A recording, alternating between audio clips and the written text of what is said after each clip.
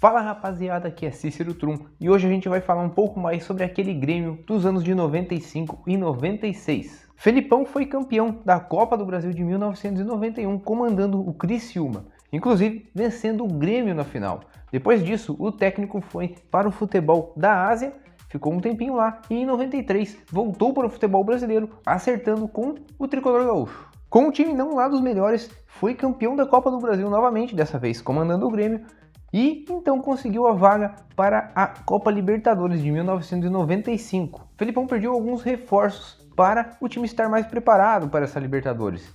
E a diretoria foi atrás então de Chique Arce, Rivarola, o volante Dinho, Adilson Batista, Luiz Carlos Goiano, Paulo Nunes e Jardel. Sob o comando de Luiz Felipe Scolari, o Grêmio se tornou o time mais temido não só do Brasil, mas também da América no período. Foi campeão da Libertadores de 95. E em 96 foi campeão brasileiro, também venceu a Copa do Brasil de 94, como a gente citou, e ainda duas vezes o Campeonato Gaúcho. O Grêmio ainda foi campeão da Copa do Brasil de 97, mas Felipão havia se transferido para o futebol japonês e Evaristo de Macedo deu seguimento ao bom trabalho do técnico que nos deu o Penta. E quais eram os segredos então de Felipão para tornar essa equipe tão vitoriosa?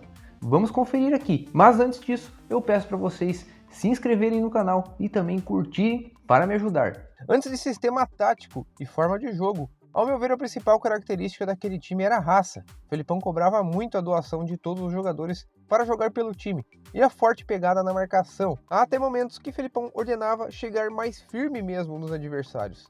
Não de maneira desleal, apesar de Rivarola ser um verdadeiro cavalo em campo, mas chegar para fazer falta mesmo e parar a jogada. Então desde a saída de bola do adversário com pressão, principalmente de Paulo Nunes, até a zona de marcação, a pegada era intensa. Aqui nesse lance inclusive podemos ver um gol se originando de uma roubada de bola do atacante Paulo Nunes, incansável, brigando por todas as bolas no ataque.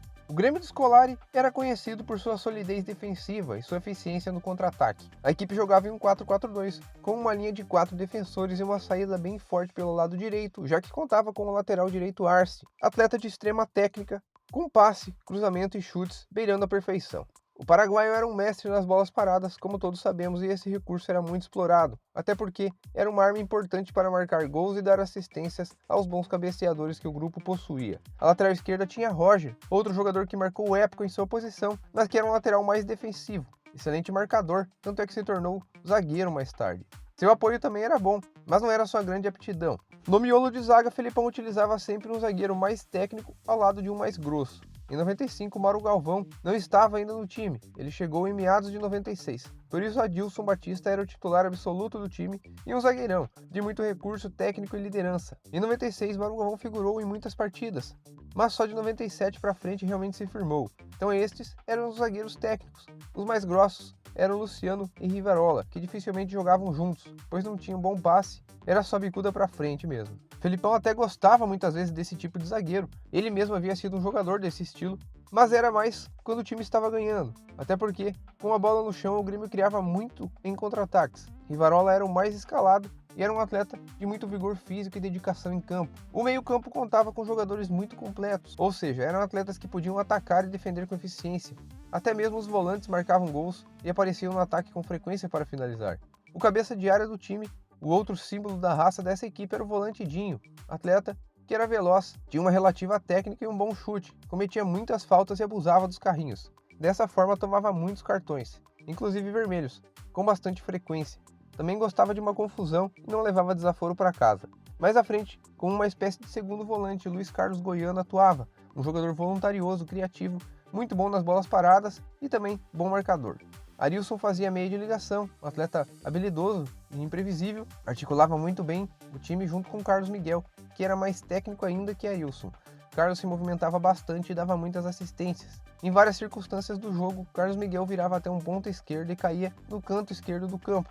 Emerson era um garoto ainda na época, mas surgia como uma grande promessa e estava sendo opção para a posição de Arilson, e em 96 tornou-se titular com a ida de Arilson para o futebol alemão. Emerson depois se tornou um dos maiores volantes do mundo atuando na Europa e na seleção brasileira, mas no Grêmio jogava mais como meia. Paulo Nunes era infernal pelo lado direito do campo no ataque, e é um atleta que dispensa apresentações, muito rápido, sabia encontrar espaços com facilidade nas defesas adversárias e ainda era bom finalizador. Paulo ainda cobria as subidas de Arce em muitas ocasiões, e podíamos ver, em alguns casos, ele desarmando jogadores e cortando bolas na lateral direita.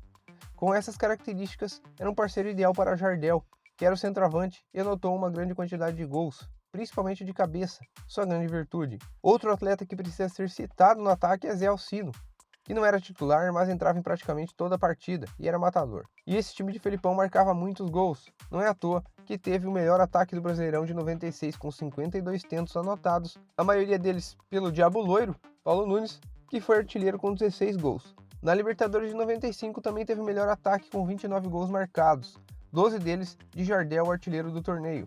Outra característica que chama bastante atenção nesses dois títulos também foi a de ser uma equipe mais indisciplinada, sendo o clube que mais cometeu faltas e tomou amarelos.